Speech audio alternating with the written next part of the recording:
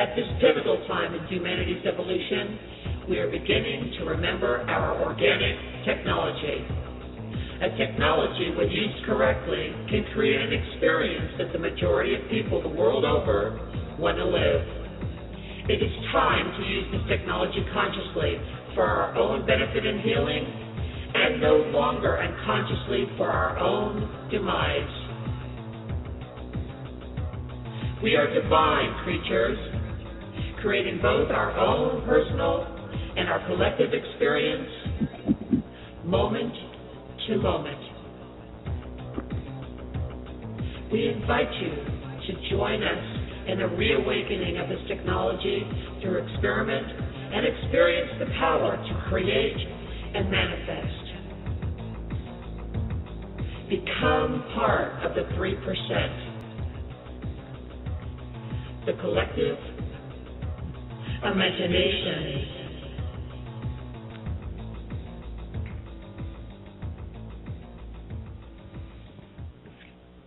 Welcome, everybody, to this week's Collective Imagination program.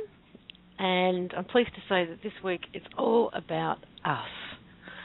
It's all about acknowledging and congratulating and celebrating what we've managed to achieve so far, giving ourselves a little bit of a treat. So I want to introduce Michael first up. Michael, are you there? Here I am. Hello, everybody. How are you today? I'm fantabulous. You're making up words. You must be. And Bob, you there? Yes, I'm here. Welcome to the show, everyone. Glad to be here. Everything's very, very positive vibes flowing tonight. So, positive vibes, Bob. What's going on for you? Oh, lots of things, lots of good things. Well, amongst some of the things that we've talked about off the air, Lisa, you know a lot of what's going on privately. But overall, I've been in the most energetic, the most amazingly focus and clarity that I've ever experienced in my life. Oh, that sounds nice. Yeah, it is actually. Is there anything you can share? Well, I can tell you, I've really been, and this is one of the things I wanted to talk to about tonight, working on removing all doubt in your manifestation and how quickly things actually can manifest when you do that. How powerful it is when there is no doubt and you are completely, like anybody's business, it's going to happen. And what I've experienced, first start with just little things. The one night we didn't want to cook. We were all, me and my roommate were really lazy, and I was like, wouldn't it be really nice if somebody just brought us food over? Well, 5 minutes later, did I say that a neighbor of mine walked in and said, hey, I made some extra food, you guys want it? And spread out this whole meal. I was like... Actually, I heard you went a step further than that. I heard you were imagining your favorite meal, which was like a Christmas turkey dinner. It was turkey dinner with mashed potatoes and green beans and the whole works. And I didn't get the turkey dinner. I did get chicken with mashed potatoes and green beans. Nice. So it was close. It was close. It was very close. Like you were. Another thing, I've been wanting to, change my furniture, get new furniture, and that happened the next day. Another neighbor came in and says, "Hey, my mom just gave us furniture. You want our old stuff?" So I got new furniture. As far as like money is concerned, I didn't know how I was going to pay my electric bill, and I just let everything out there. I know that everything's going to be okay. So I went into the mail, and I was kind of, taken aback because I got this letter from the welfare office. And they said, last year you previously applied for a program that we said you didn't qualify for, and we realized that you did qualify for. So we're just going to send a check to your utility company in this amount. I was like, wow, this stuff is really, really working. It's confirmation after confirmation after confirmation. You know, the synchronicity and the rapidity, you know, how fast it's happening is extraordinary, incredible. Good morning, people. I'd like to say hello because I missed the beginning of the show because of technical difficulty, and I'd just like to heard Bob, and Bob's working it the way it should be worked. And it's I'm sending all my light and love and energy to you people, and hoping we've got a little surprise for you today. So I think you'll enjoy it very much. So thanks, Pete. And Barbara, are you with us now? I am. Lovely. How are you today? I'm great. And the technical difficulty, folks, it was me. I was the technical difficulty. But I'm normal now. If that's ever true. Uh-oh, you're not welcome on this show anymore now that you're normal. Yeah, come on, kick a boot up. And, of course, welcome to everybody in the chat room and everybody who's listening live. We know you're out there, and it's always a pleasure. And by all means, call in. The call-in number is 646-716-4598. And we would love to hear about your manifestation stories too. And whatever else has been going on with you over the last few weeks, since you've been a part of the collective imagination, since you've been part of the 3%, what's changing for you, if anything? What's happening in your world and in your life? How are you seeing the world? How are you seeing yourself? You know, we want to hear stories. We want you to share your stories because they're all empowering. All these stories help to empower everybody else. And it's all confirmation. Yes. Lisa, I know we talked about this at the beginning of the before and what have you. I'd just like to explain. I think this week we should be a little bit self-indulgent. What we're going to do is a math clearing. Michael's going to take us through a meditation. I'm going to do Gauss, which he will explain. And we do two different meditations after another, and one's they're very short, but they're very effective in clearing unwanted energies and unwanted footprints, so to speak. So Michael will explain a little bit further, and then I think we should do it at the start so everybody gets in the same frame of mind, relaxed, and then we can talk about this manifestation thing in a positive and really powerful way. And I think this is, it's up to you, Lisa, what you want to do with the show, but it's up to, what do you think? Yeah, let's just give everybody a couple of minutes to settle in. Okay. And, yes, let's kick it off with a meditation. But I did want to ask Barbara, my synchronicity queen, what's been going on for you in the last week? Because I know every week you have a series of synchronicities that are just usually mind-blowing. But oh man, this week was I can't even say unprecedented, because week after week now they just seem to be speeding up and speeding up. I'm just trying to think of one because they happen all day long every day. I guess the easiest way is to give a generalization instead of sharing a specific event. And if later on you want me to share something specific, I can start looking through my screen grabs. Because what's been happening a lot this last week is that I will be doing something on one of my screens, on my monitor, my computer monitor, and I'll open up a second screen. And on a Mac, I have this little tool that allows me to easily, with a couple of keystrokes, split my screen. So I regularly work in split screen because then I can multitask more easily.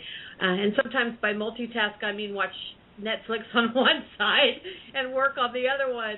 Oh, I'm such a bad girl. The secret's out. But what happens is that something will happen on one screen, and instantly on the other screen a parallel image or word or reference will happen on the other one almost simultaneously, and it just freaks me out every single time. And sometimes the images are so identical that it's hard to believe. I'll give you one example. I was and this actually brings Peter into it. Peter had posted something an hour or so ago. It was an image of what kind of looked like a Jesus statue or something like that, just the facial part of it. Do you know what I'm talking about, Peter? Yes, I do. And on the other screen, I was watching I had a movie on Netflix going, and it was from 2006, and some movie with a bunch of young people in it about, I'm trying to think they were selling ecstasy, but they all had day jobs. And one of these preppies was beating the main drug dealer, and the main drug dealer asked to meet him in a church. And so they have the drug dealer sitting in the front pew, and the scene starts with this preppy kid walking from the open door towards the front of the church.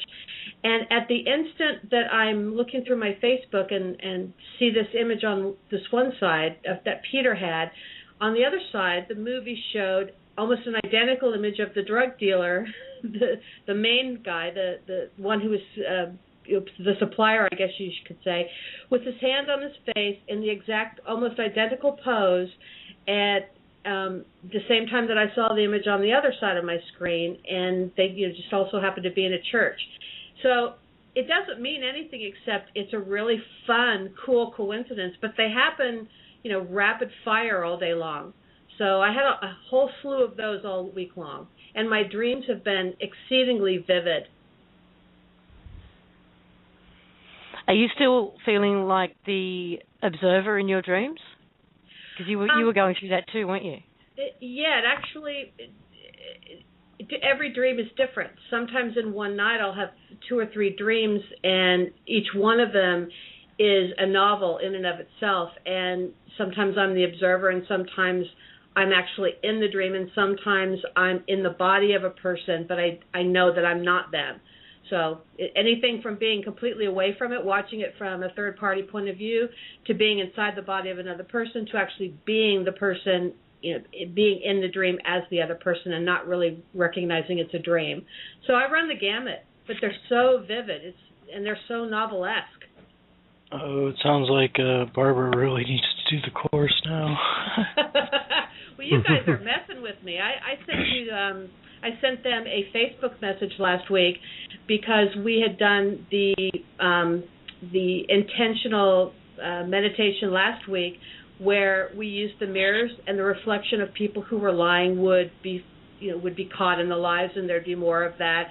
And people who were, I guess non-liars, so to speak, would feel a little more cleansed. And what happened to me was something that was like a combination of that. A couple of folks who I'll call them friends. They're friends of mine who contact me on Skype practically every day, sometimes, annoyingly so, but, they're your friends, and, you love them, and so, but what happened was, 2 of these people just dropped me as Facebook friends, and all I thought was, that's really interesting, and these are the only 2 people that I would say that I have regular communications with, that are the kind of folks that I would say are so gossipy that they almost kind of manipulate the truth and say things about people that aren't true, just to kind of, stir the pot, as my mother used to say. And I just thought it was fascinating that those are the 2 people that dropped to me on the same time it seemed like within an hour of each other, from being their friends. And it was like the reflection was that I was deflecting people who were liars, right, or people who didn't tell the truth. You dropped them; they didn't drop you. So they were allowed that perception of their own action.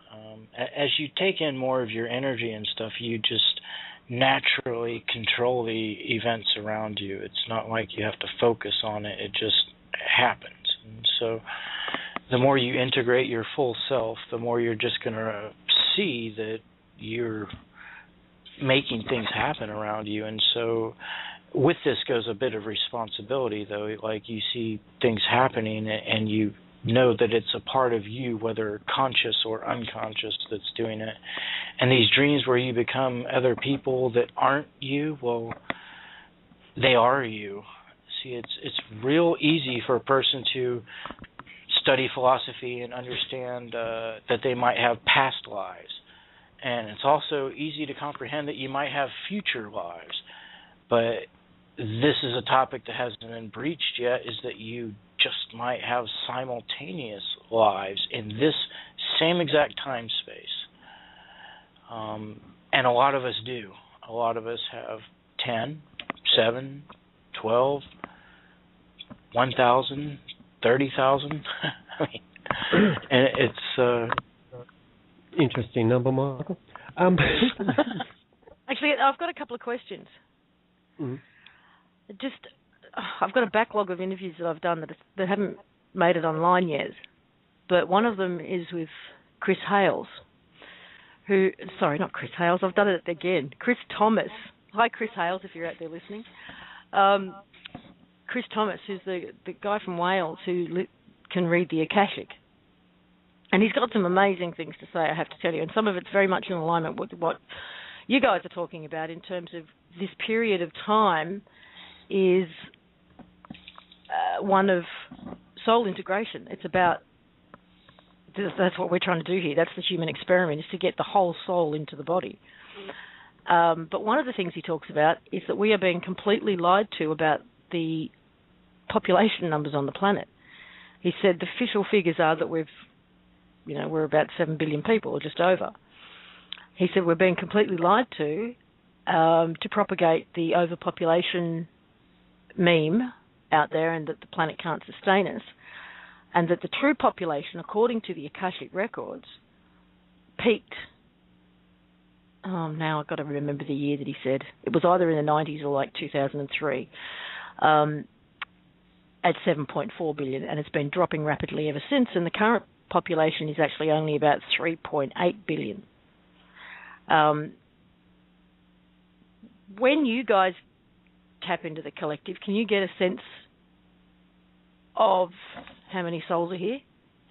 And does it feel to you more like the 7 billion figure or the 3.5 billion figure? You got to understand, when you do things like this, it's an art. It's not a science. It's an absolute art. And I've been doing it for about 3 years, okay? Peter's been doing it his whole life, pretty much. Now, when you tap outside of the brain, you tap into the infinite. Straight up, period, end of discussion. Infinite possibilities. So there's really only two numbers in the universe. That's finite and infinite. Those are the two numbers. So to actually tap into the Akashic, which is infinite, it's not linear, it's not singular, and get information as it pertains to this particular straight line that we're weaving, is very, very hard. So I leave that entirely to Peter, because he's been doing it his whole life. I'd like to bring two things to this point. One is, I believe the population is dropping because China has shot itself in the foot with the one baby policy and exterminating all the girls that have been born. So their male to female ratio is ridiculous. So that's evidence that the population will drop anyhow. That this happens in a lot of countries, by the way. The second thing I would say, that there, in the collective consciousness, it's not so much of a decrease. It seems to be a strengthening of the ones that are there. So I do believe that we're not splitting souls, and like before we were splitting ourselves up and becoming fractional, whereas now what we're doing is the reverse, and that's what this year and the future's about. Every time one of your fragments dissipates, it will actually find the strongest part of you that exists already and go back to that. And that person would, so a bit almost like the Highlander sort of thing, that person will just keep getting more spiritually stronger, more information. What's the name?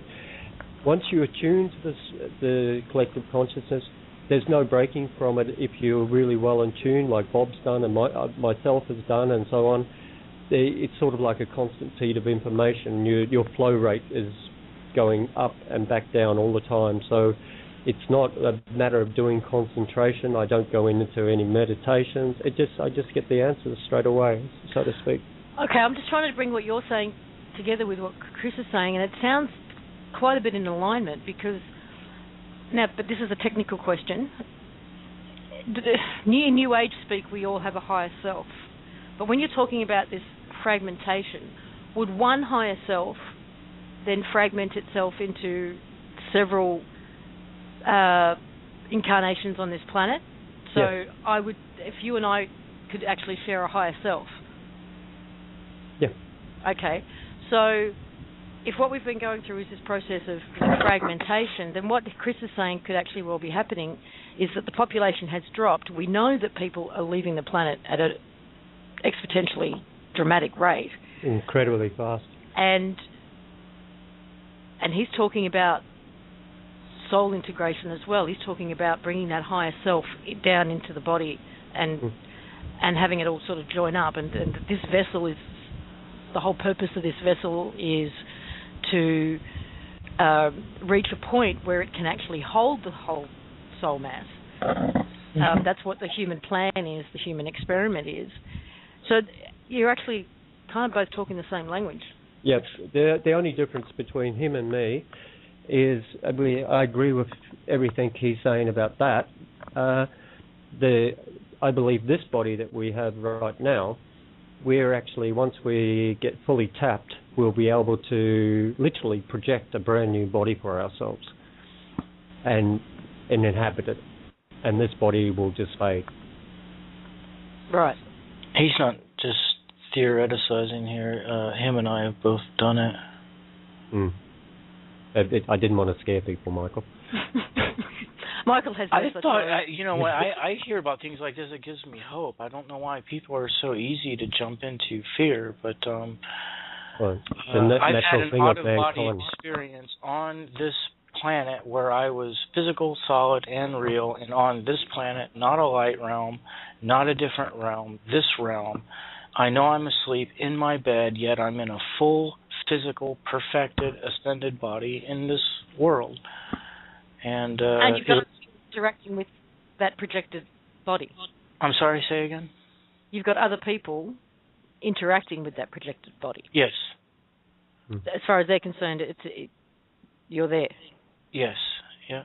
I don't want to go too much into the story, but the person that I went to knew at least theoretically about energy, and when I told her that I was projecting there, that I was actually in my bed asleep, she was just like, no way, absolutely not, no way, impossible. And then I levitated up in front of her just to show her, and her reaction was fear. But I straight up don't understand this fear crap. Why do people get scared? I mean, what is there to be scared of anything? Yeah, ever? But Michael, you got to remember that you and I have basically touched the face of God, okay, or the higher self, and that gives us this awe that we understand that there's nothing so finite, and these people don't know this, and it scares them because they're just going on a wing and a prayer sort of thing. Mm-hmm. Yeah. This is one of the things that I've come to an understanding when it comes to manifesting in fear and doubt. All fear stems from one fear, and that's the original fear, the fear that somehow you will die. And it's an irrational fear because the nature of existence itself is to exist. That's all it can do. And if you exist, it would defy your nature to not exist. The nature of non-existence is to not exist. Therefore, non-existence doesn't exist. It's that simple. And if non-existence doesn't exist, then you can't die. You are eternal. So you can get rid of that original fear altogether. And once you know that you're eternal and you're secure, there is nothing that can ever, stop you from existing in some form or another. And then you can proceed without any of those fears or without any of those doubts, because everything's always going to be okay. Even if you die, your journey's not over. Yeah, I agree 100%. This is why surrendering of the ego is very dangerous. Surrendering of the higher self is very dangerous. Thinking that you're going back to the source. Like to grandfather, we're like pork. If we eat it, it'll make his stomach upset, and he'll end up probably throwing you back up. Sorry, but it's true. Well, it's that people don't understand. They've never contemplated existence from the perspective of a singular source. So if you actually allow yourself to take a perspective of a singular source, in other words, it's you. Who else? Nobody. Just you. Anybody else? Nope. Just you.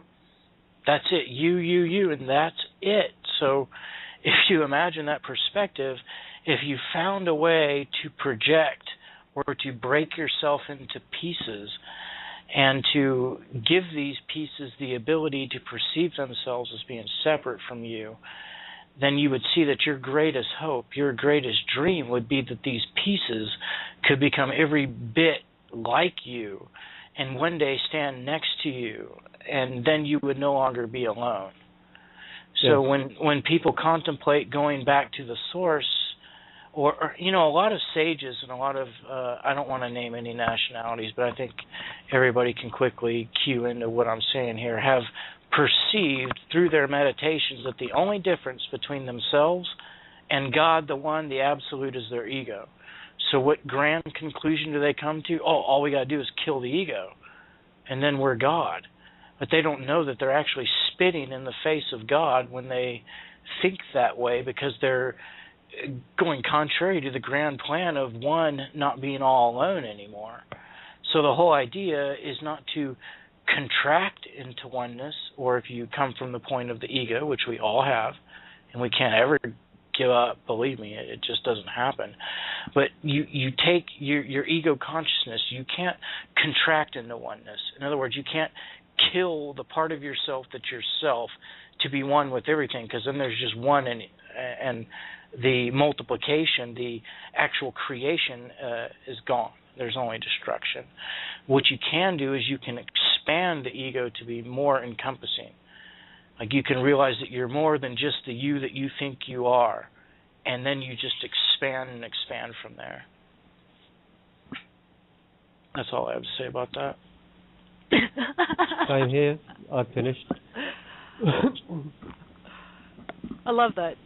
You could just come up with these mind-blowing concepts, and it just falls off the tongue for you, and then go, and that's all I have to say about that. That's it.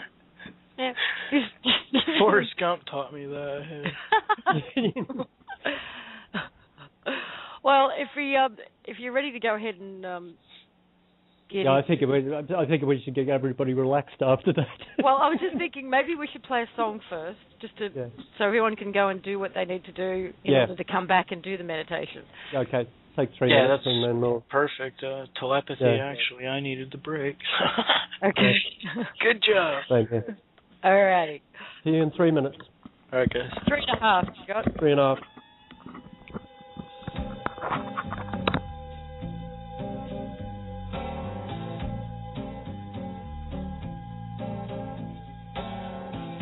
Daylight saving hard. I love a good sunset. It's warm, so warm, and it smells good. The intersection sounds like a radio. Traffic lights, they sing along. I'll take the long way home, 'cause I'm driving. Dashboard lights up like the Enterprise. I've got my girl and my dog. I've got sentiment. I'm an autopilot.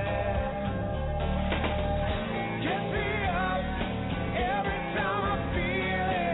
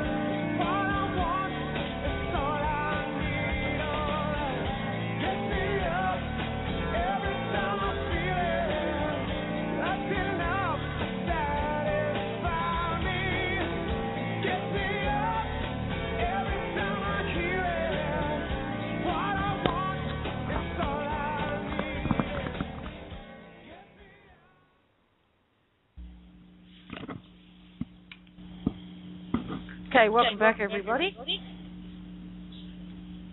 Hello. Can you hear me? Yes. Yes. Okay, I'm just going to get the meditation music started. And is everybody ready? I would first like to explain what we're going to do. Do so. Okay, Michael, go for it. Okay.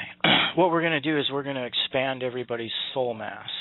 So we're actually going to show as many of you as possible that you're a lot more than you think you are, that you're more than just the body or the brain, that you're the actual space around it as well. Now, I'd like to ask a quick question of everybody. What is the human body comprised primarily of? What are we mostly, if you were to condense it to one thing? And I'm going to wait for a response or two to appear in the chat room.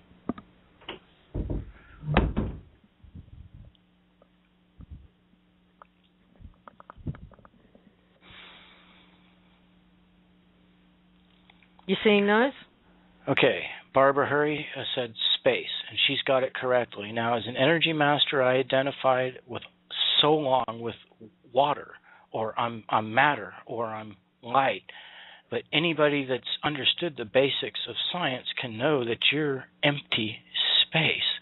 If you were to compress the whole universe into matter, you would end up with like an acorn, and the rest would be absolutely empty space. So what is space, or the absence of light, or you could call it darkness? It's simply a pathway that light forms in, that it flows from. So why are we scared of this? What's really limiting us is that we're over-identifying. Now, if you're completely asleep, you're identifying with matter. That's you, your body and your brain.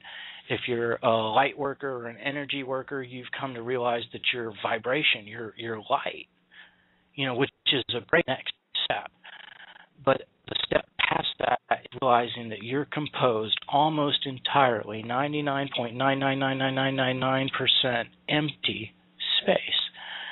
So when you allow your identity to be mostly empty space, you become a pathway where you can both receive and project light with a much, much greater fluency. It becomes effortless to encompass this. Sorry. So what we're going to do during this meditation is both teach you how on your own, and by connecting with you all that do this with us, we're going to expand your soul mass outward. So we're going to show you that you're more than your body, that you're the space around you. And a lot of you that partake in this are going to naturally even become telekinetic, like myself and Peter and a lot of our students are. After doing this meditation, you're going to go outside and you're going to realize that as you think and feel, the air moves around you. As you think and feel, the weather changes, and so on and so forth. I'm hoping after this too, Michael will actually put some videos up of our students to show you what is possible. This is from our students, not us. And I think you'll be impressed. Mm-hmm. Okay, ready to go? Yep, we can go. Okay. I'm going to be doing a different meditation, and that'll be pulled into Michael's meditation soon after. Okay, as always, we're going to start with the breath. This time we're going to go completely heart-focused. And by heart, I don't mean your physical heart. I mean your breast, your upper high heart. So I want you to imagine a space behind your breastplate. And don't imagine light there. Don't imagine matter.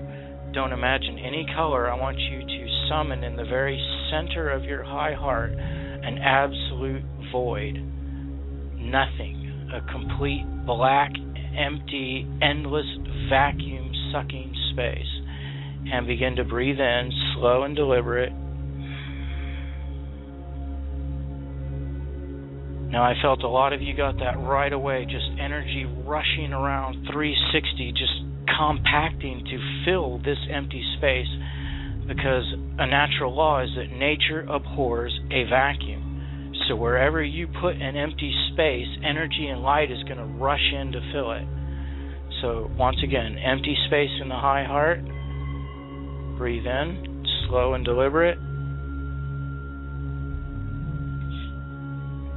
Now I felt a lot of you's brains and your minds just started buzzing and rushing with massive energy, and that's good. Now I want you to keep compressing, keep that empty space open. And another in-breath. Now this time let the void go all the way out to your shoulders, down to your solar plexus, and up above your head.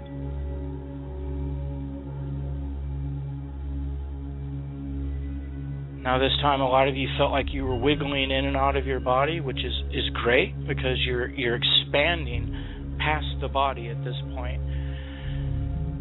Now I want you to do another in-breath, except this time put the empty space all the way to the top of your head and all the way to the bottom of your hips. Slow and deliberate. Inhale.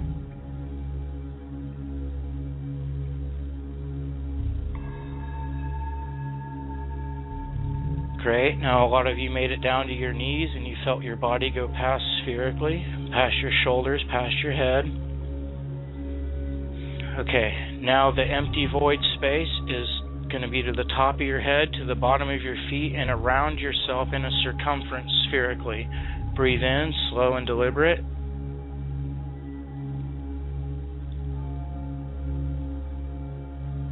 Now do you feel all that light rushing in to fill the void space that you've created? Now center it once again back in your high heart. So everything around you, empty space, and that's you. So pull light to yourself from 360 degrees, rush it into the high heart. We're going to do a very long and slow, deliberate in-breath this time. And I want you to start using mind muscle to squeeze and contract. Not physical muscle, but mind muscle as you feel energy rushing in through your void that you've created 360 degrees to your high heart. I want you to grab hold of that with your mind, which is your soul, and squeeze. And we're going to do about 10 seconds here. Beginning now.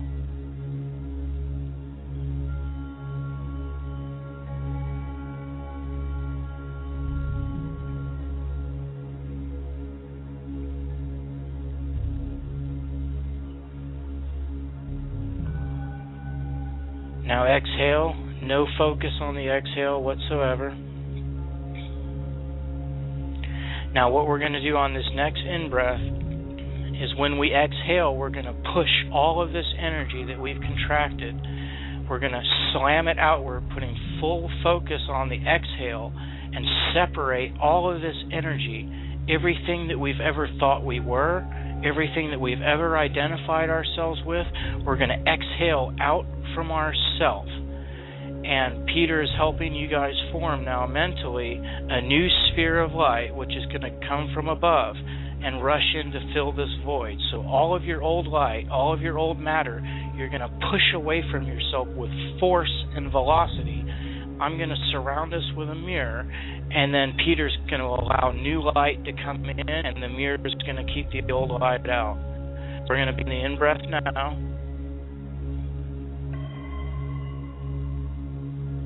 Squeeze, squeeze, squeeze.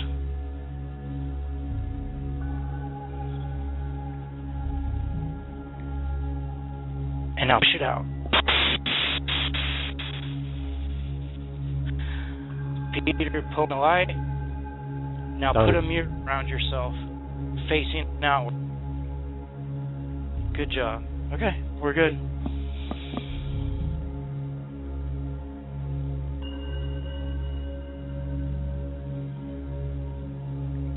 Just before you come out, I want you to try and see the light I've put above you. And I just want you to, in chat and whatever you, when you come out of it, tell me what colours you saw. This is out of interest's sake. And enjoy. You've just done something spectacular for yourself.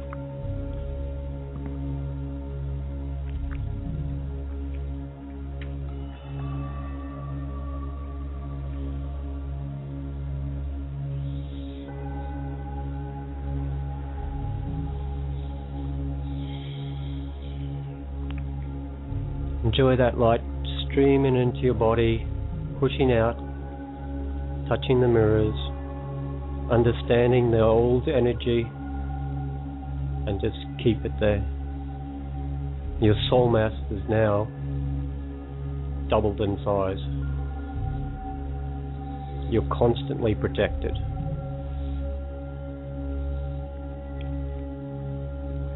Pink is what rushed in to fill me. Each one of you should get a different color. I got silver. Yes. Really sparkly silver.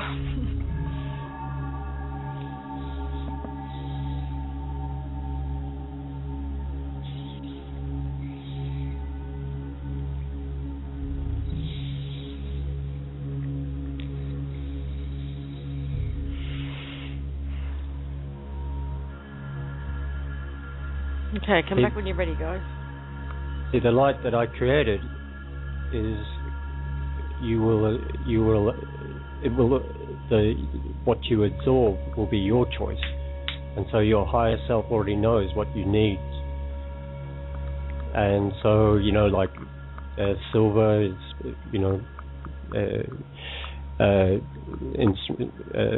Father Light, and Michael going for pink, which is loving and feminine, a more gentler thing, that so on. Well, there's a range of colours being seen. Opalescent green. Doesn't everybody just feel overwhelmingly clean? Like, just fresh? Emerald green. We've got Barbara Hurries crying uncontrollably. Are you okay, darling? I think those are happy tears. I hope so.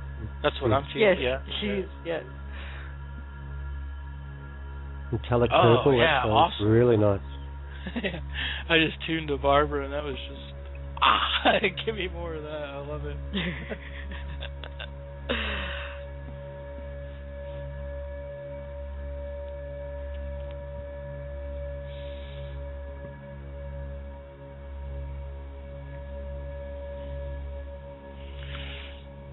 So is now, that you, Bob? You with us? I got magenta, gold, and blue. That's funny, because that's the gold and the blue is the one I've put there for myself as well. Oh, it looks like everyone's feeling pretty good at the moment, judging by the comments in the chat room. So now, everybody, I want you to take a moment with what we just did, and with the new light and matter that's a part of you, identifying with the empty space. I want you all to, right now, project empty space to your right knee. And what happens? Do you feel light and energy effortlessly flowing there? Now do the center of your mind. Put just empty space in your mind, and you'll feel light just rush in. Now throw empty space in front of you, and you'll feel light rush out of you to fill that empty space. So identify yourselves with empty space, and I want you guys to project it left, right, forward, back, and notice how the wind responds to you, because that's the easiest element to do telekinesis with. And I'm sure all of you guys are going to, this week, realize that you can move air with your minds. Which is the same to say as you can feel yourself as being that air. So it's not just about power, it's about knowing that you are the world around you. Not just theories of unity, but experiencing unity. And I always say the true study in telekinesis is not a study in power, it's a study in oneness or unity, of being one with things. And it's a step we all have to take. Absolutely. Can you share our hidden YouTube, 2 hidden YouTube videos of one of our students, Michael? Because it's good that people see what is possible from seeing what you've just done is the step in this direction. Doing so now. Give me just a second. And everybody who's in Skype, you'll have to have a look in the chat on the what's name to click on the link.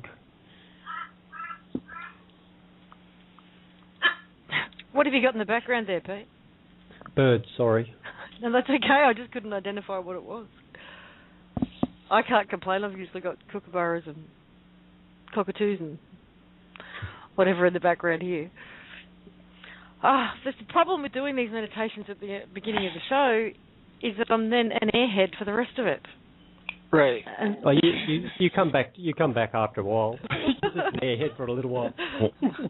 See, the thing is, when you get really, really deep into energy and sensitivity to energy, immediately when people start talking, you're like, holy shit, why are we being such loudmouths? It's like, it feels like talking should be to create, not to communicate. Like we're expending all of this effort, like we're doing a loud blasting volume for something that we could just be sending thoughts to each other.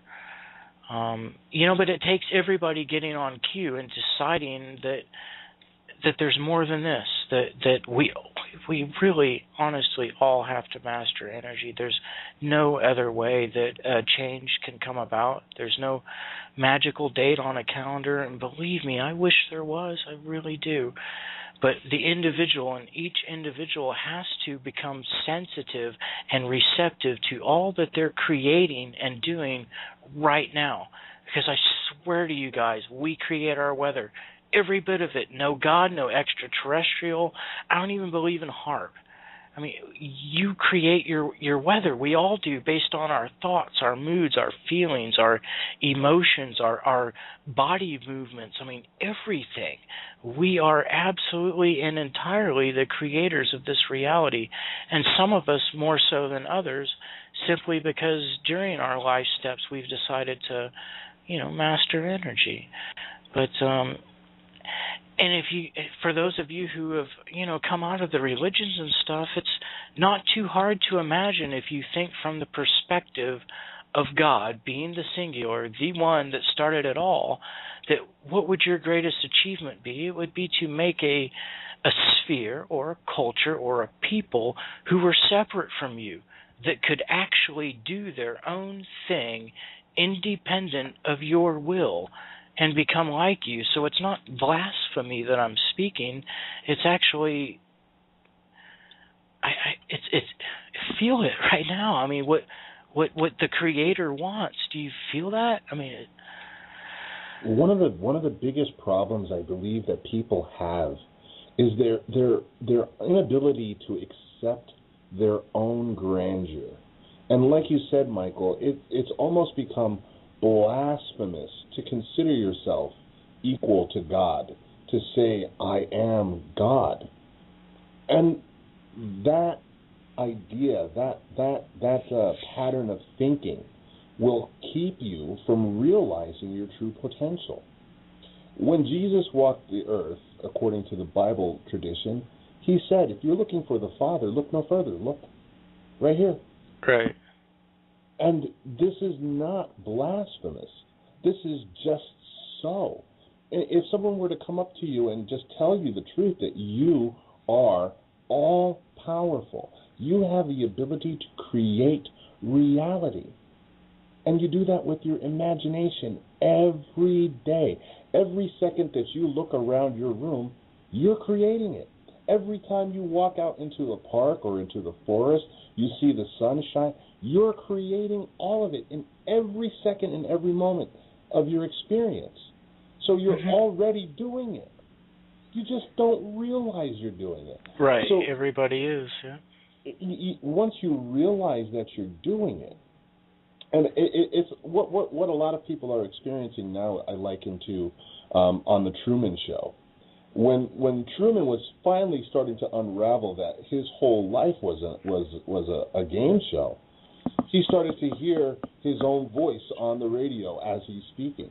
He started, hearing them talking about exactly where he's going.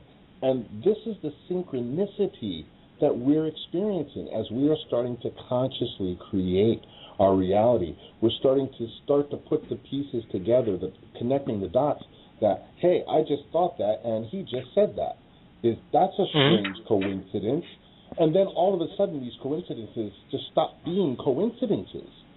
It starts to become a pattern, and you start to understand that there is definite power in what you think and what you feel. It literally is the foundation of all of your experience. Right. Yeah, and I'd like to say that, you know, we are God and we're not God. I mean, I can honestly say God is real. Like when I leave my body, like I do every single night, if I ever get lost or confused, I don't know where to go next, I just levitate up and I just tell God to take me where I need to go. And a humongous invisible force grabs me and takes me somewhere. I've witnessed instantaneous prayer healing, so I know that God is real. So I have an intimate relationship with God, and I know that His greatest plan, the greatest master plan, is to make more just like it, so that it is less alone. So I'm really speaking from knowledge. It's not just some thing that I read in a book, that I feel God's pain, and I have felt what it's like to be that, and I know that there's no greater purpose in all of creation than one singular being trying to be less and less alone. And you don't do that by stripping free will. You don't do that by demanding that you do and act as I say. Then you're just being alone, which is stupid. Every time you get instances like that in the Bible or in any other philosophy, these are individualized various portions of God that have yet to learn their lesson of what it's actually like to be one, all alone for all eternity, and thus they seek to interject and rob people of their perception of free will and choices. That's all it really is. It's not the real God. And I'd like to, everybody's talking about this, I just noticed people talking God-fearing and things like that in the chat room. You got to understand, let's just say, to start with, God was using fear to start with, but then He changed that format, which is hence the Jesus Chronicle, because He realized that man had evolved enough to actually do things out of love, and not the fact that he needed to be frightened into not hurting people. He had to be frightened and not to commit these horrible acts that they typically would do, because he was dealing with primitive man. Right. What you got to understand is an animal given a conscious mind. So, you know, if you could imagine a grizzly bear given memories, you know, you might have to culture it before you introduce it to, you know, certain types of philosophies. So it's like any parenting role. I mean, none of us want to bring our kids up based on fear. No. You know, you don't want your kids to behave the right way because they're just terrified of behaving the wrong way. You want them to come to a place where they understand the difference between right and wrong themselves and act accordingly. And people in my generation, the stories are far too many about being parented out of fear. You know, you didn't do the wrong thing because you would cop a belting or you'd be, you know, whatever the consequences were. And so you weren't really given the opportunity to develop a true sense of right and wrong in some respects. And I went to school with kids who really had no sense of it. They had a sense of what they could get away with and what they couldn't. And that's all, because they were brought up on fear. One of the things, I was one of those that was never motivated by fear. It really angered me. But if my mom looked at me and told me that she was disappointed in me, I was crushed. It was the worst thing, you know, because well, I don't know how to explain it. But I think that, you know, we're reaching a point in our own evolution and our own consciousness that, you know, we can take this next step forward. We can take the next step and embody more of our creative power. This time of bowing down and looking up to God for direction and for for everything that we need, is over. It's time for humanity to step forward and to start taking responsibility. Just like when you're raising a child. When a child is little, you don't give him very much responsibility. Until he learns how to function, he learns the rules, he understands what's expected of him, he understands responsibility. And then you give him more responsibility. And this is what's being offered to us, that we can take more responsibility of our own creation. We can take more responsibility for our own experiences. What do you wish to experience? And this is one of the things I think we really wanted to move into. What do we wish to experience? What does the new world look like? Let's start imagining what it is. One of the things I imagine right off the bat is that there's no need for money. Because I've looked at and I've seen how money has been used, and there's really at this point, there's no reason for it. You go to a store, right, and you want to buy a TV, really money is an exchange. They move some numbers from one computer to another, and they say, here, you can have it. But do we really need that? When in the conversations, because we've put the call out for the last several weeks for people to start sharing on the Facebook page what they envisage the world to be, what sort of world do they want to create. And in the more private conversations I've had when I've put that to people, they can't even get their head around it.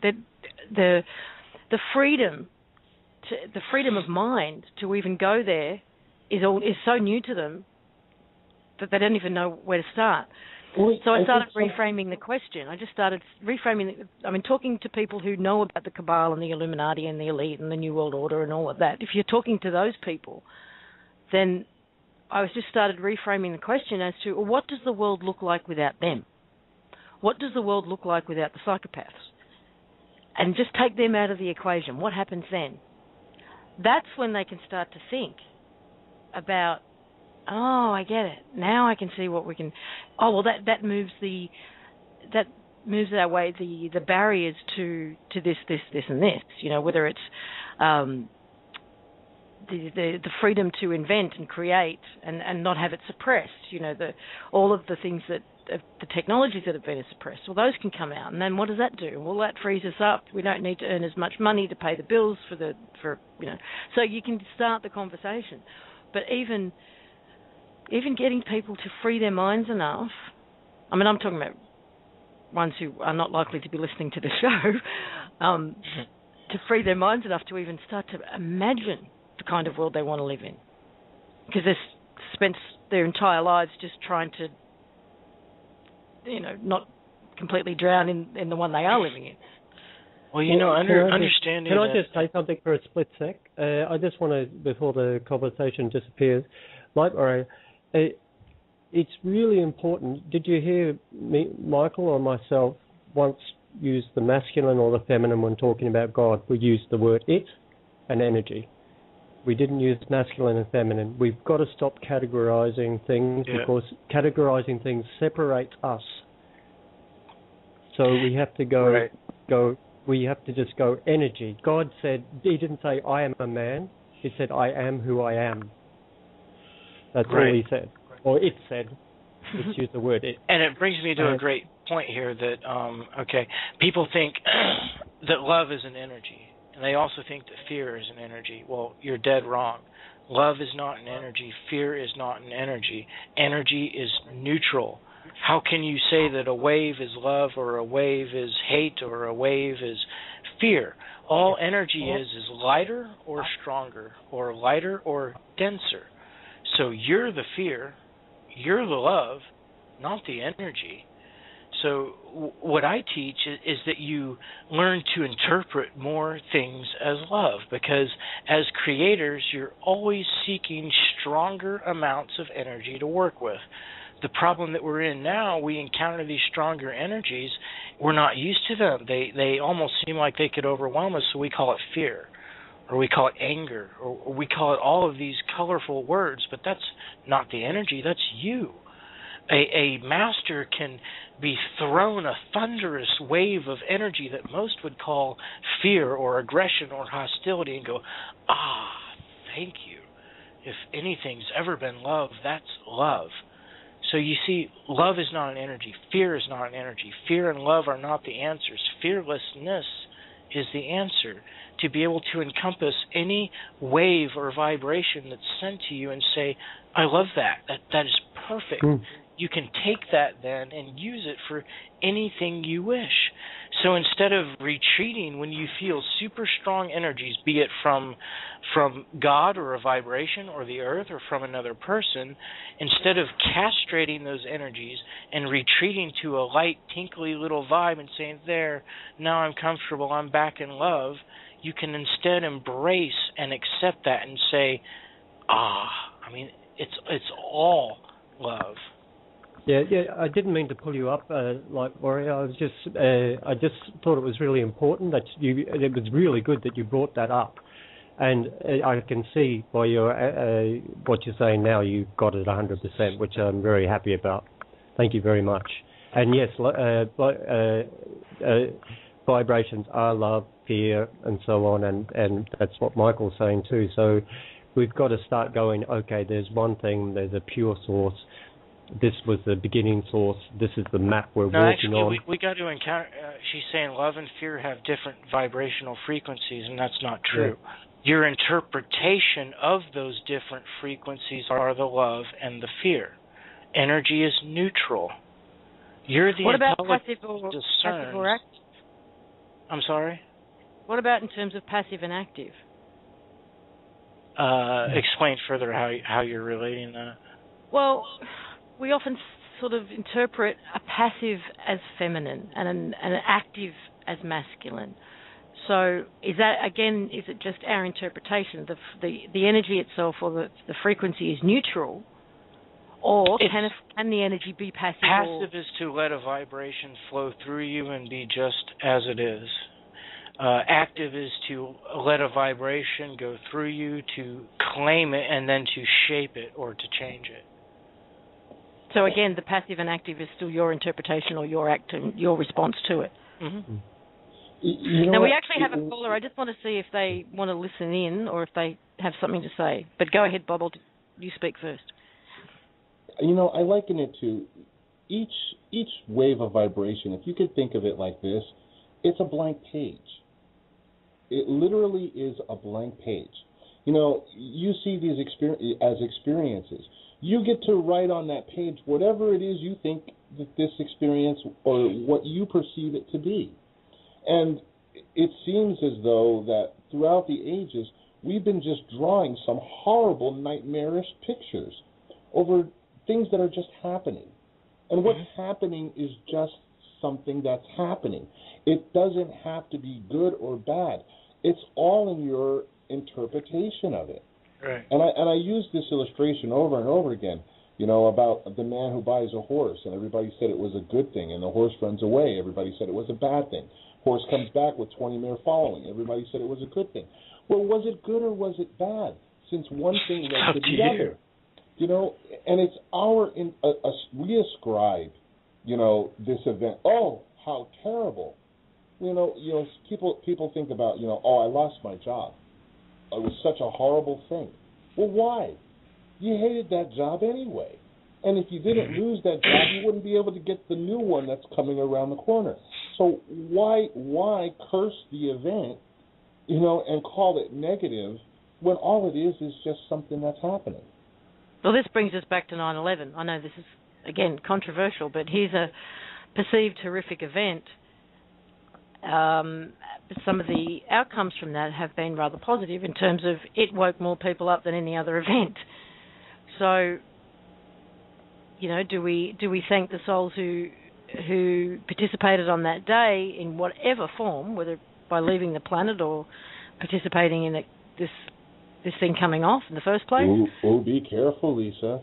If you keep going down that road, then all of the evil people that everybody ascribes to be evil will disappear.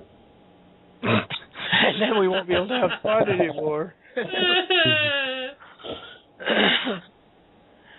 No, but really, I'd like to quote and I don't want to mention their name, but there's a spiritual teacher that's become like experiential, and quite a few people are following him and his ilk, and he's got a diagram of the vibrations. Like if you go into the pure soul state, if you go down, this is what you'll experience. If you go diagonally this way, that's what you'll experience. And all of the down directions are always negative. In other words, whenever you get into a denser, thicker energy, according to this person's diagram, you're going to experience alien invasion, you're going to experience demons, hell, you're going to experience this and that.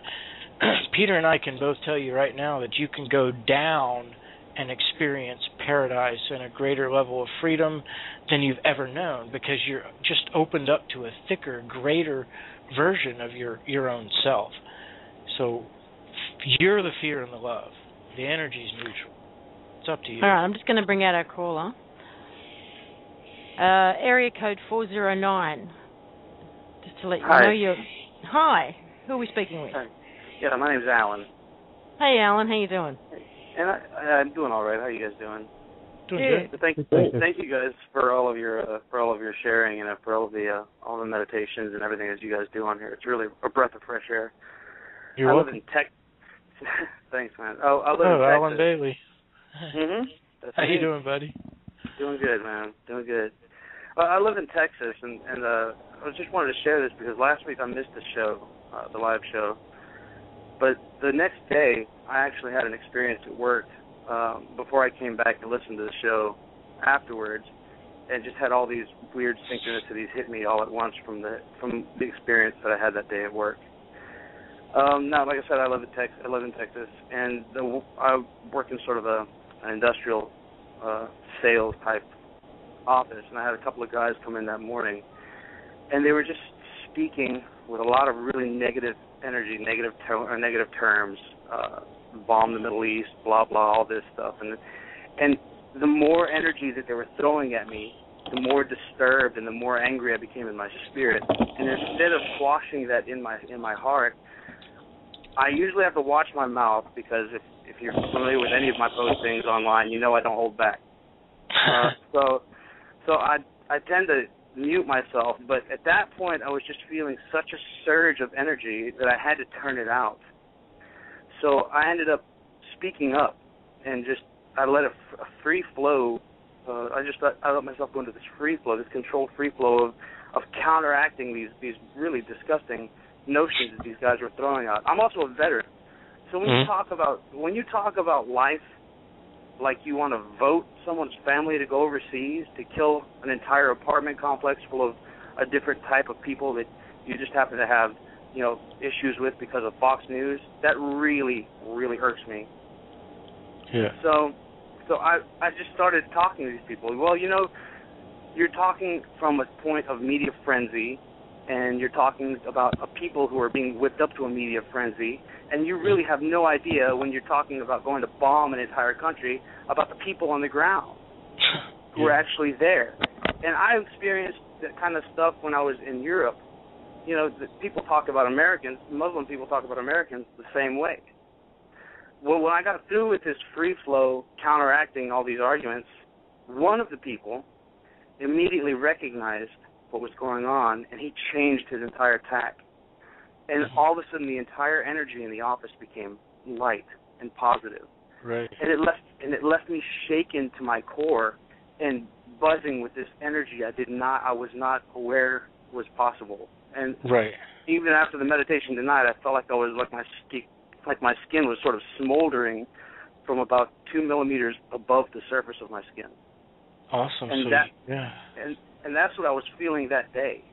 Oh yeah. You were full of what we call the righteous fury, like righteous aggression. Like you use the energy of aggression to demand that people understand a peaceful mind frame. So instead of saying, bless you, your truth is the truth, we're all one, your point is just as valid as mine, you said, no, you friggin' idiots, this is how it is. And you radiated that with force, and all of a sudden people are thinking peace and feeling light. Well, one of them was thinking peace and light, and the other one just shut up and shut down. Okay. That's the way. And when I listened to the radio show that night, or the night of the next day, it struck me because you used the term slapping the mirror, and that's exactly what I had done at that time. That's the perfect way to describe what I had done. I slapped the mirror, and the one person that was actually coming from an area that he recognized was just externally gained. He turned tack and realized, oh shit, I'm in the presence of a conscious, fully conscious being who is actually speaking truth. I better, radiate light. And the other one just shut up and sunk down into the morass of despair and pity that he seems to be comfortable in. Well, he would have gone into shame, because to start with, he was playing follow the leader, and so these people who puppet things, they've got no idea. And I'm talking about the New Age philosophers out there too. If you're puppeting someone else's dialogue, or you're not experienced it for yourself, like Michael and I try and get you to do, you're just mirroring someone else's philosophy. It's not your philosophy, and it doesn't really belong to you anyhow. In regards to what we did last week, but what was your name again? Sorry, Alan. Alan Bailey. Alan, thank you so much for sharing that. That was no problem. Awesome. Thank you. Blessing. But also in regards to what we did last week, I heard Romney put his foot in it again. Is that true? Yes. Majorly. And so did Obama, actually. He's aligned himself with the GMO setup, and he's come out, and all of a sudden he's trying to backpedal, but he can't, because Monsanto is... it's quite clear that Monsanto is paying his election bill. Oh, God. Nice. One sec. Just mute if you're walking away, Peter, please. Yeah, I'm sure you already forgot. Did anybody else come across any other stories or have any personal experiences, like Alan just shared, or what we've seen in the media? Just write them in the chat if you can. So what did Romney do? I didn't see it. Anyone know? I pay as little attention to that stuff as I absolutely can, but from a post I saw on Facebook, he, people were matching together his words about things, and he blatantly insulted a whole bunch of Americans about, I forget, about finances or people that are currently receiving from the system instead of giving to it. And then when he was challenged about it, instead of having something smooth and slick to say, he made an absolute ass out of himself and dug his own grave like 10 feet deeper, which was pretty much exactly what we planned, that when a person's speaking bullshit, that it's just very apparent that all of a sudden their social skills will break down, that through using the chakras that they will be sent wave after wave of extremely uncomfortable energy until they are no longer able to use their heart chakra to spout off lies, pretty much. Nice. The only time it seemed to backfire on us is when people actually believe their own bullshit. And that's something we didn't think about. But anyhow, that's one of the things. Well, actually, we did think about it, really, because we said if, no harm will come to anybody who believes they're speaking the truth, so we kind of accounted for them. But at the same time, I mean, the energy is just not there to support bullshit anymore. Things are getting exposed pretty quickly. The turnaround is pretty quick. Even I was talking to someone yesterday who said, in her own personal observations, the time lag that she found between cause and effect, even 10 years ago, was like 4 years, and now it's more like 4 minutes. And so the whole process is speeding up, and lies are getting exposed. We're seeing that. Barbara's written, Peter, last week you said you and Michael had someone in mind that would make a good president for the US. Okay, yeah, I assumed that's who you were thinking of. Hey, Lisa? Yes. I also just wanted to mention there's a guy in the chat under the handle Lightstream.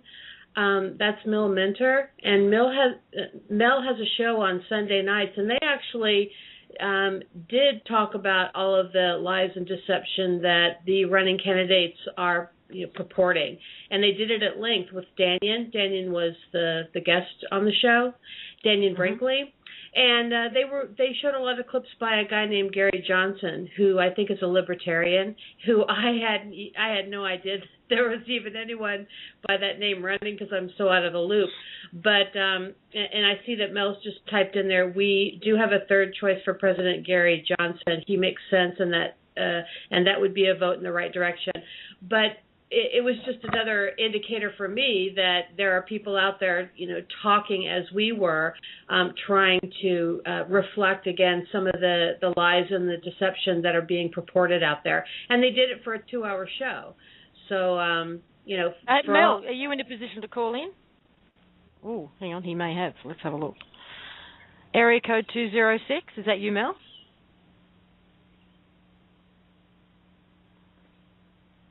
Area code 206.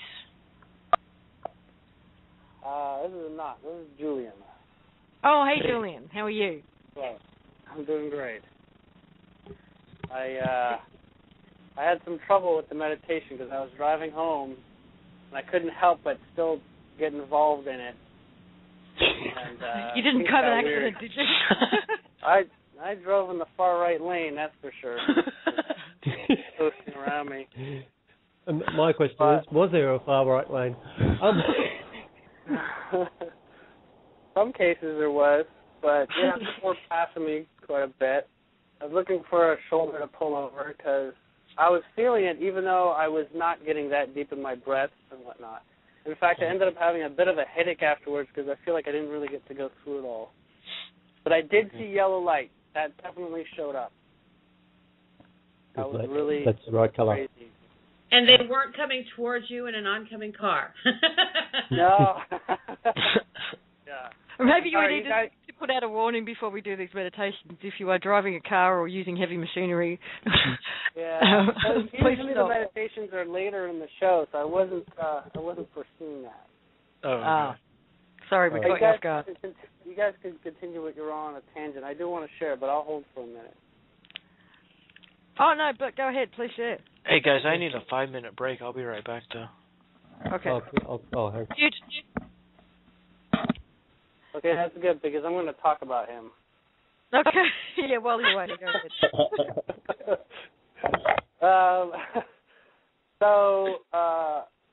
I think I might have mentioned to you, Lisa, that I've been a student in the Avatar Mastery course, but it's been about 6 months now or so. I just wanted to share, I guess, with other listeners a little bit of my experience with that. Great. So I actually got introduced to it through the interview you had with him. And I felt that he was really genuine. I looked at some of it. I hadn't even seen any of the pictures or the videos that he had placed. I was automatically like, this is it. This guy, I really, really feel him. And ended up joining into the course and finding, I think for the first time, people that I could really talk to on a regular basis, like really share without fear of judgment of being crazy, and actually getting like positive feedback on the things that I would talk about. And that immediately was, and that sense of community was really amazingly valuable there, and the sense of no judgment and really, really supportive environment. I know there's talk, that some of the videos are helpful for people on some aspects. He has videos that teach you different practices, and they work for different people. So there's some videos that don't work so well, and some that work well. And I don't know if I have permission to share one of the exercises. Peter, are you there? Yeah, it's all right. As long as it's not in the mastery section, that's fine. No, if I wanted to share the mirror one. Yeah. So there was a practice that I absolutely love. It's given me so much perspective. It has made me cry with just joy of, I don't know what it is, it's just tremendous amount of energy coming through it. And it's like an exercise where you're looking at yourself in the mirror, but you're trying to look into your own eyes without looking at your eyes individually, because generally when you look at yourself in the mirror, you're looking either the left or the right eye. But the idea is to actually create a focus that you're looking at both at the same time, and so you slightly adjust your perception to sort of somewhere in between the two eyes. And Michael actually did share this exercise with us already, so we know the one you're talking about. Yeah. Okay, so I can cut to the chase. I saw things that at first troubled me, like brought up my adrenaline, sort of fight or flight sort of thing, and then I also got these ones where I feel like I was actually looking at myself, but seeing another face. But it was like a really unusual connection that I felt was truly me, and I had to go to Michael and ask him, what was this? What was I seeing? And he says, there's all these different things that will come up, and they're, sort of like your relationships to other aspects of your soul group. And I got onto the subject of soul group. I don't know if that's been covered here, but it's sort of like other aspects of you that are living incarnations, and you actually get a chance to feel them. Yeah, we have talked about it. And that blew me away. But that practice aside, through the regular practices, such as even the introductory one that I think you don't have to be in the course in, where you can feel your hands around your body and whatnot, that convinced me very early on that what he was basically putting out was really true and really influential. Like, it wasn't just like a trick of the mind. It was like this really pounds the understanding that there's more energy that you can feel out there. And I'm still in the steps of perceiving energy. I'm not a master or anything, even though I've been in it for 6 months or so. I haven't taken it as seriously as some of the other students have. But even so, it's radically changed my life. If I were to guess where I was, or where I would be now, from where I was 6 months ago, I'd say it's a completely different world. Yeah, and that's because one of the main things Michael has set up with the course is the fact that it's all about empowerment, not trying to follow things, just empowerment. Yeah. And I would like to come in for a second and just have an honest sharing of feelings, and that is that I'm absolutely shocked, if I can just say that. We've had thousands of views on this show, and I've maybe had 5 people sign up for the course. Now, we've got a 7-day free trial now, and I want to go even beyond that. If you think that we're offering this course to actually make money, I want to offer that if you honestly can't afford it in any way, shape, or form, then just email myself or Peter, and we'll add you for free, just so long as you participate. If you add to it, if you make comments and you learn and you're actually getting it, that's the whole entirety of our goal, because yes, you create your reality, but to how much extent do you create your reality versus the collective? That's entirely based upon how much soul mass you've harnessed and how much you can actually control and project your energy. And even if you are a paying member for the course, we charge $29 a month. We offer demonstrations. We're the only teachers out there that actually demonstrate what we teach, which is absolute unity with your environment. That's how we do the telekinesis.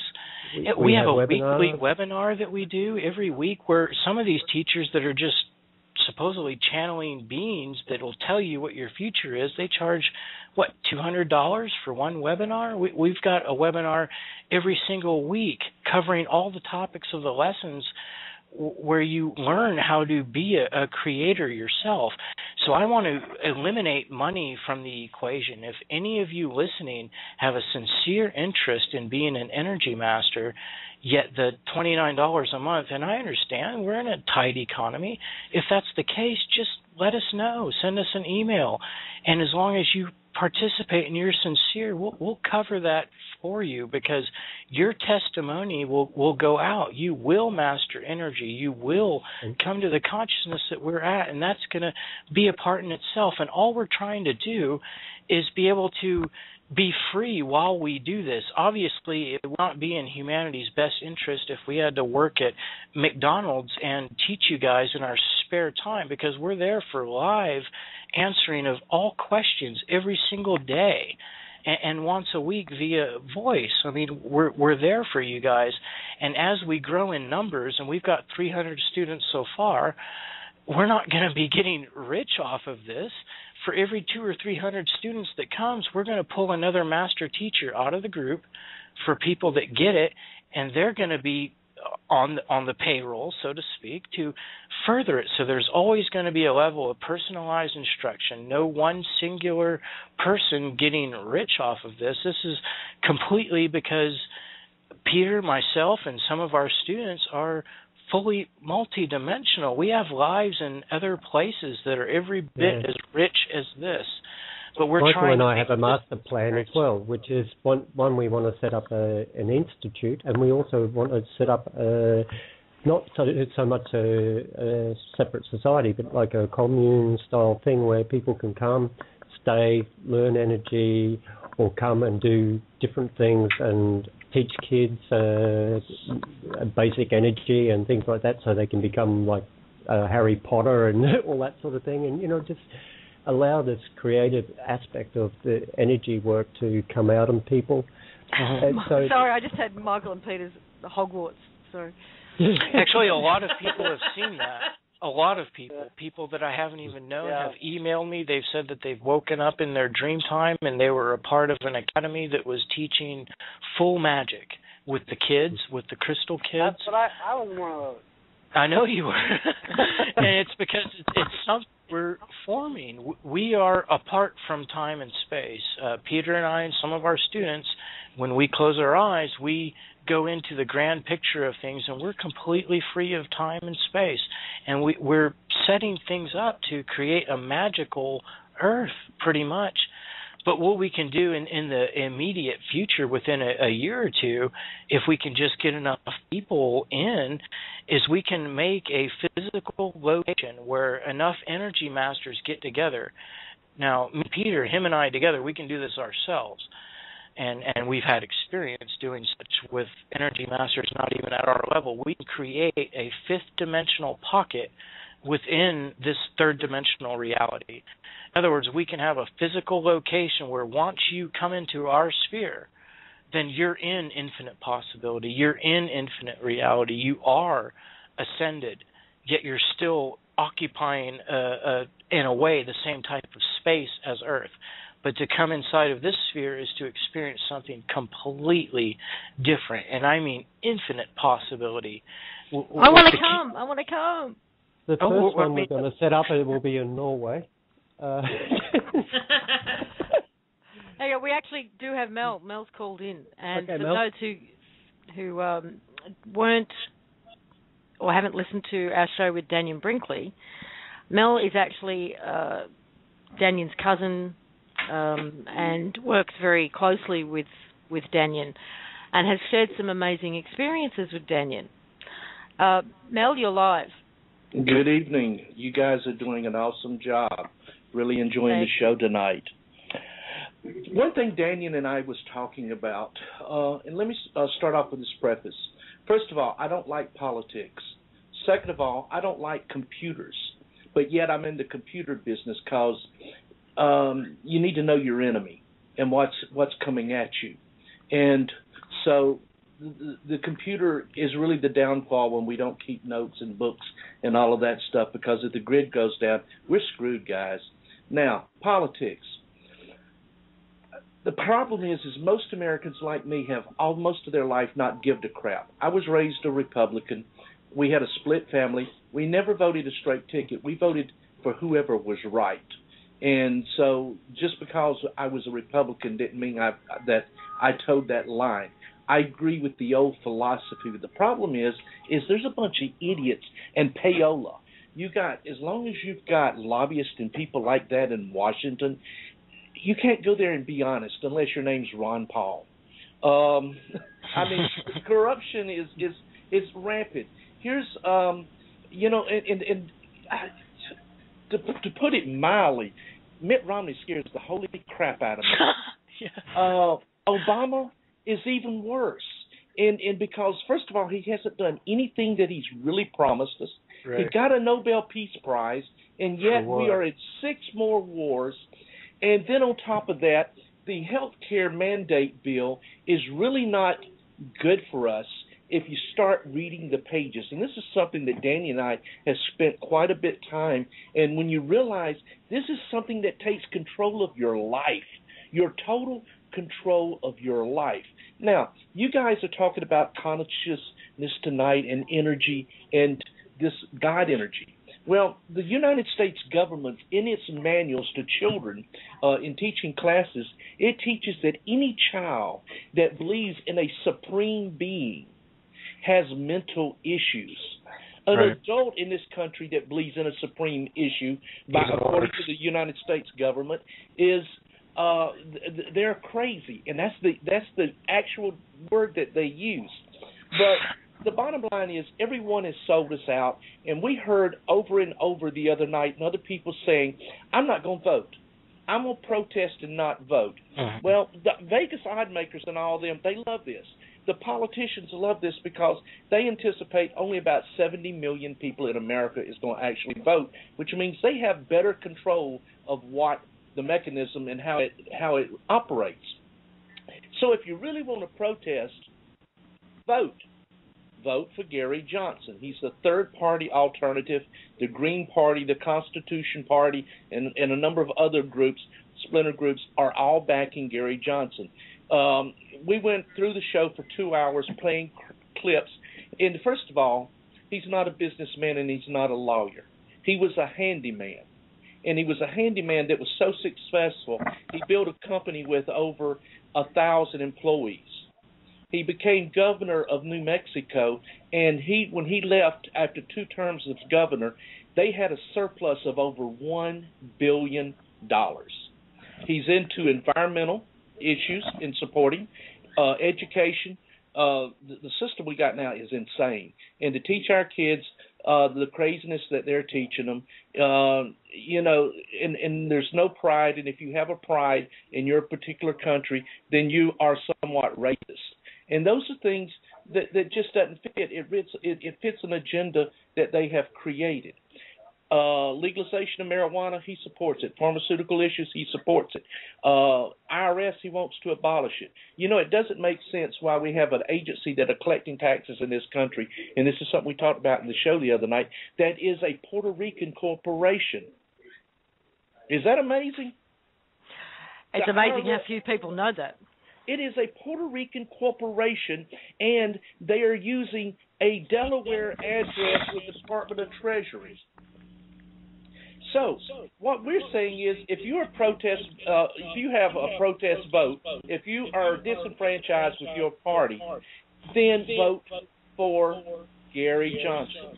Now, I believe in the power of 6. Everybody's connected. You know the TV show and the book and everything about how we're connected. If 6 of us go out and study about Gary Johnson, there's a lot of people that don't use the internet, and you show them, take your laptops and show them who this guy is, because the mainstream media does not want you to know. It would scare the holy crap out of them to have a guy come out of nowhere and actually win and said, all right, boys, we're shutting down this, we're going to shut down this, and we're going to implement this, and we're going to create accountability. Under this health care bill, when you're 70 years old, your whole priority list has changed according to the government.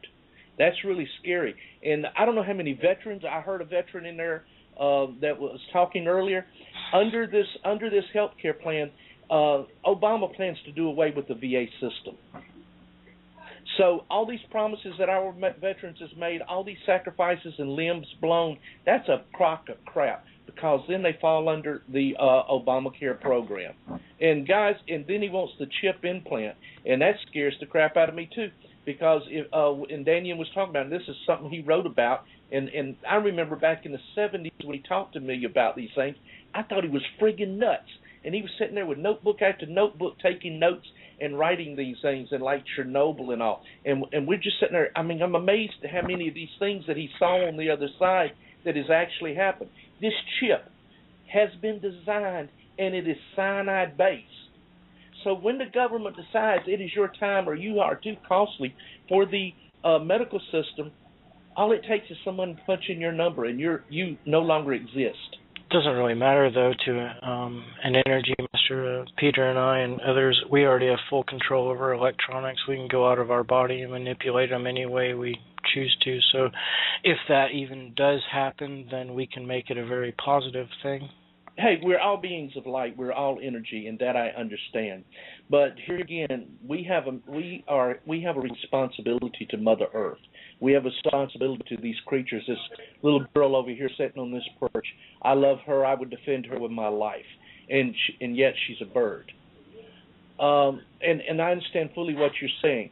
But we have children, and there's things that we have to do, and we have to take and build a foundation. We can't sit there and operate in debt, and just, there has to be a base.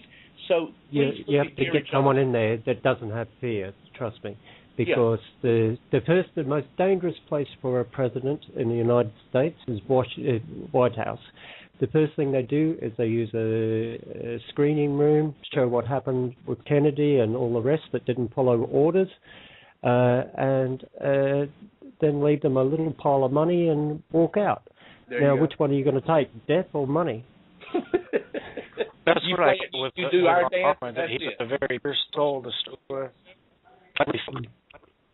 He's with Obama, that he was like an independent, really believed in things, and then he fell prey to the fear crap, and and a lot of people in the chat room are saying, please stop with the politics, and I can fully understand that. I mean, and I'm not saying that we should stop right away, but maybe we should just end on a good note. That here's the wonderful part is that I do. I'm about to say believe in God, but I know of God, and I know that there's a plan. And that does not mean that we can all sit on our hands and take no action. Our actions are part of that plan.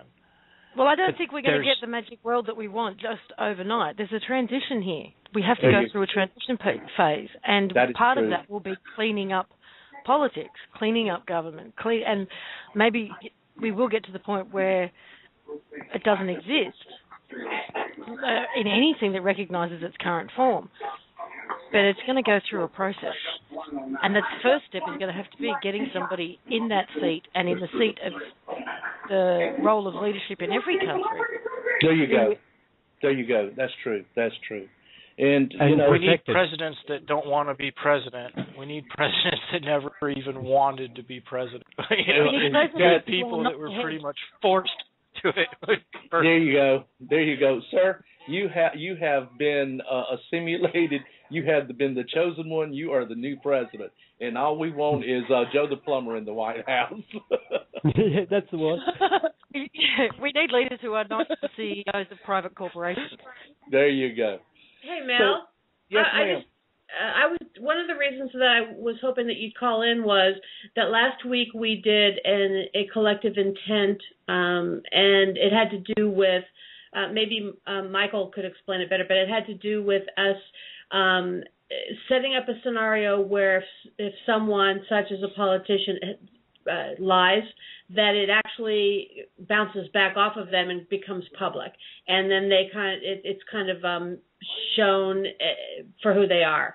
And I was wondering, since you guys did so much research and you had so much positive things to say about some candidates and negative things to say about some of the others who had so many lies going on, if you guys came across situations in the last week or so where in a realm of politics that lies were exposed? Sure. I mean, actually, on both sides. See, that's the problem. You got two parties in this country, and both of them are really the same. And it doesn't matter really which one gets in, because you still got the same monkeys that's in the back pulling the strings. But the Obama commercial, he got caught with that. You got Romney, he got caught talking to a show host. I mean, there's just so much play in that. It's like a cartoon, and this really bothers me because I want to know what you're going to do to help our country. I don't need to hear negative PR, and I hate all these PACs that are running commercials now, smearing one after another. Let's look at just like you look at a spreadsheet in a business. Let's look like the old Benjamin Franklin method. If you remember, Benjamin Franklin used to draw out a T, and on one side, top of the T, he put 4, and then on the other side against, and he would sit there and he would weigh those things out. That's what we really need to get down to do and see how and what and how these people are going to best benefit us. And in all honesty, I agree with about 80% of Gary Johnson. He's got issues I disagree with him on, but then when I look at the other alternatives, I can't vote for the Republican. I can't vote for the Democrat, and it's not a protest vote. Voting for Gary Johnson because he does believe in inalienable rights and those things, that all people are equal. And he's even got pagan groups that they just came out in the news trying to slam Gary Johnson because there's pagan groups that are out supporting him. So there's a whole mix. Sorry. Hey, Barbara, when they said that, I started laughing. I said, then what does that tell you? If he's got Christians, if he's got NRA people, and he's got other people that are backing him from all walks of life, then maybe, just maybe, he's done something right. And at least and if we don't like what he's done and we put him in, then we can always go back in 4 years and change it. Hey, Mel, Maggie in North Carolina has just posted in chat something worthy of consideration. She said, let's do what we're on this site to do, create positively in a positive way. Sorry. So what will you be doing this next week, Mel? Because you got Mel, some amazing you're an empath, right? I am in South Carolina, right outside of. You're an empath, is what I asked, right? Somewhat. The other night I woke up. Danny and I had talked about the possibilities of America as a show title. We didn't get into it when we just go with the flow. And then Saturday night I was having this dream, and I woke up, and all of a sudden I went online. I typed in Gary Johnson's name. I actually met him in Boston 2 years ago. Okay. And I really enjoyed his speech. So I went and looked him up because I heard somebody else mention him, and in my mind it was flowing through, and I had this dream. And I'm like, the politics is crazy. The people are crazy. They're not paying the American people any attention. The Republican Party, they slam dunk. They ran Ron Paul off. People that was going to be on the committees, that was on voting committees, they had buses literally riding them around the arena to keep them from getting in to vote. The Democratic Party, they had just as much craziness going on with their issues, and I'm not going to get into that. And I'm having this dream, and I said, I need to go look up this guy. And so I'm looking him up, and I'm like, he's got some really good stuff here. Something is wrong with what people don't know about him. And then that's when it hit me, the 6 degrees. The 6 degrees. If 6 of us who won't have this intention, this positive intention to make this change. I mean, I started out in the building business, and you start with your foundation. But you know what? If they come down and set a monstrous roof and you don't have the right foundation underneath, you're in serious trouble. No, I know where you're getting at, brother, and so I'm going to politely just say, okay, so Peter, myself, let's check this guy out. If he's legit, then we put the collective energy that way. If he's not, then he gets slammed down just like the rest of them. Just like the rest of them. That's as fair as you can be. Okay. But like I said, I had that dream, and I told Daniel about it, and he says, then we're going with it. And so that's how that show came about. And Okay. Daniel has, by the way, he has a background. He was a Marine, but he was also in defense intelligence. And he worked under Reagan, he worked under Bush, he worked under Clinton. And so, he's pretty logical and pretty analytical. And he sat there and he started going through the things on Gary Johnson. And he was really impressed with some of the things. And we was looking at, well, this might be a weak point here. But, and like I said, I don't agree with him on everything. But 80% of the issues, that's a whole lot more than I can say for the other two parties. So Michael and Peter, I was just thinking, since we set up those reflectors last week to mirror the negative lying stories to, come out so that they would, make these guys look hilarious, maybe in the same breath, we created a situation where positive... we already did. You speak the well, truth. we did, remember? You get waves of calmness. Well, right. So what I'm saying is... Peace, love, joy, bliss. So what I'm saying is, in doing that, maybe that's actually part of the reason why they did the show, and I just happened to see it, right. And now he's talking about it, is because that's the positive side of the coin, yes. the positive side of the mirror. I'm just saying that us, the energy masters, those of us that understand, we're best to stay in our power. To not, I don't care about these little facts. I honestly don't. They interrupt my flow. They interrupt my harmony. Go, boy. So long as I stay, and I mean this with you too, brother, because I feel your energy, and I know this dream you had was profound, okay? And I've had them too. I've been to 3900 AD, and not just a dream. I mean, I'm there in full consciousness, examining a timeline.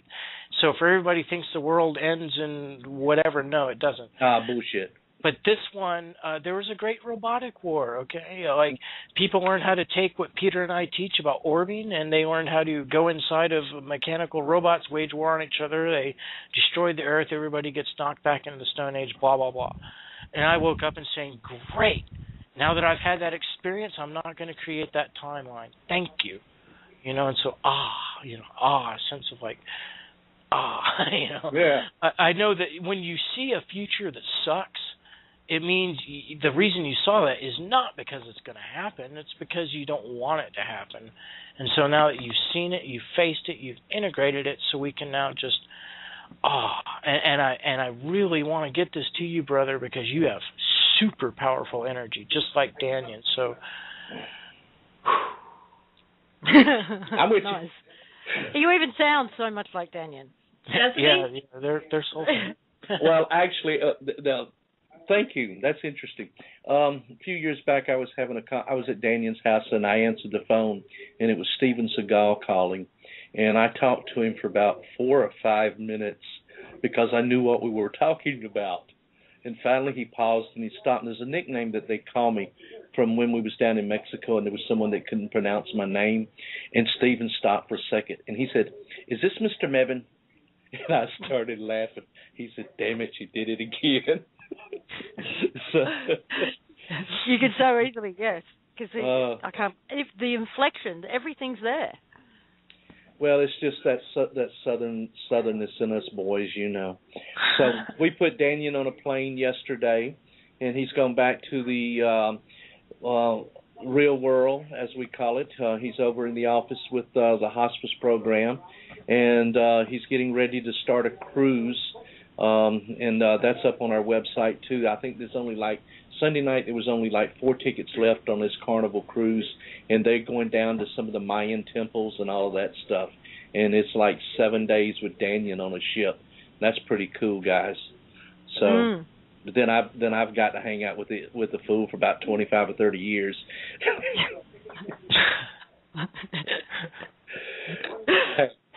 Well, thank you for calling in, Mel. Awesome. Yeah, thanks, Mel. You guys have a blessed evening, and you too. The intent and the power of 6. Like I said, I just saw it as so powerful of uniting people together in a common goal that it was like a light. So, y'all be blessed. Yeah. Have a wonderful night. You too. Blessed always. Thank you. Thanks, Mel. Bye. Yep. Oh, you just never know where the conversations are going to go on this program. I love it. And I love that the energy that you brought. Pure fire. You can use that kind of fire, and you can just do anything. So it's and I love it. It's you got to direct it. That's all we got to do is we all got to take that intense passion and that intense fire in us, and instead of getting too wrapped up in the facts that cause the fire, instead we need to get wrapped up in our infinite ability to blast that fire outward and to create the facts and demand that they mold themselves according to our fire. And all of these, these visions of apocalyptic futures, and these different timelines, these are just choices. They're is this what you want? Is this what you want? Is that what you want? And you get to say yes or no.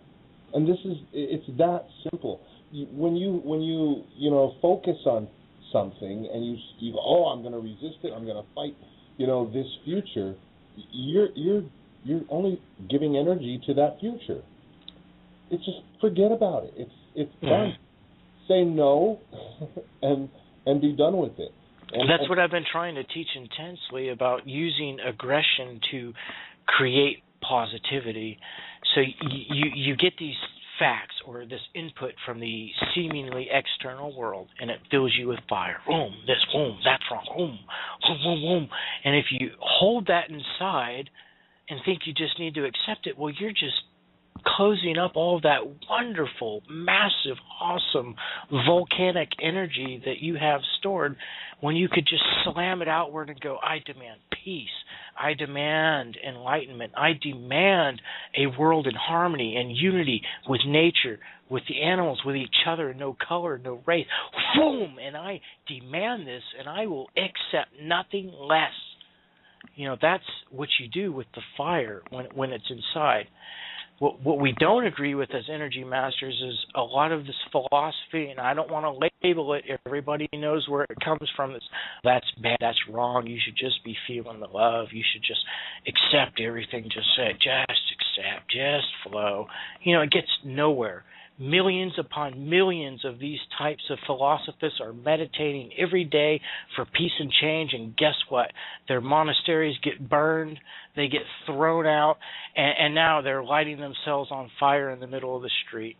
So what does that say? That they're denying a whole part of themselves, which is their fire, their force, their power to demand change energetically, because they're castrated from one half of the spectrum of light, which is the powerful side of light, the side of light that gives us the force to enact change. And it can be used positively. It doesn't have to be interpreted as hate, anger, jealousy, rage. You can take rage and say, yeah, rage, and now I demand peace with my rage, and you shove it out. And these waves go out into the collective, into Earth, and guess what? You end up with peace. One of the things that me and my brother just recently had a conversation about, we were talking about the state of the world and how it can change. And one of the biggest problems that we see is that most of the mature and older souls, those are the ones that have the most experience and have mastered the 3D reality, those souls that are incarnate on Earth tend to be very disengaged with the world. Mm-hmm.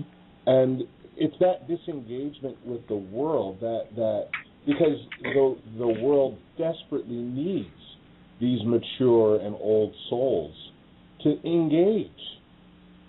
It is natural, it's true with older people. When you get older, you kind of you disengage. You're not concerned with the goings on of the rest of the world because you're in your own little space. You're in retirement. We call them watchers, by the way. And watchers, they tend to be sort of in control of the timeline, so because they've already worked it all out, and so they don't look like they're doing anything, but they are in one way. They counteract bad moves by other people. They try to anyhow, and usually take things. Yeah, they try to. But I don't think they're as powerful as what we're doing now. Not even close. I've met some super advanced watchers, and they try to tell me what's coming next, and they tell me it never happens because they're my fire, you tell me fury, my vigor, my passion. Yeah, you just try to tell me what's going to happen next. Yeah, but he would tell you that's why he told you. Maybe. Yeah, but maybe, and if so, I applaud. No shame here. None at all. All I want is for everybody to understand the true nature of reality, what we are actually in, how beautiful Earth actually is. You're in heaven. You're in heaven. You're not going to heaven. You're in heaven. It's up to you to make it. There's no... I just got to stop there. You're in heaven. Yeah, look at the trees, look at the air, look at the clouds, look at the plants, look at the flowers, look at the... Turn off your TV. Yeah, please keep your TVs off. They're brainwashing you. Oh, I think the people on this call know that. Yeah, and look, we love you people, and Michael and I have got all the time in the world for you, and we always will. So, just keep on going. Yeah, go to our website. I want to extend that once again. If you can't afford it, we'll add you for free. Just email us and participate. That's the only price we ask. It's www.avatarenergymaster.com. And if you can't afford it, then pay it. Money's how we do it. And we want you all to reach our state of consciousness, though, and for that I go silent. And actually, on the other end of the spectrum, for those of you who really can afford it, pay it forward for someone else who you think, could really benefit and would really participate in it. So, it could go either way. We're at the end of the show, guys. So blessings and light, everybody. Thank you very much for joining us again. Please post your updates on the Facebook page, and we'll see you next week. Bye, everybody. Good night, everyone. Goodbye, everybody. It's been a passionate show. Awesome. It has.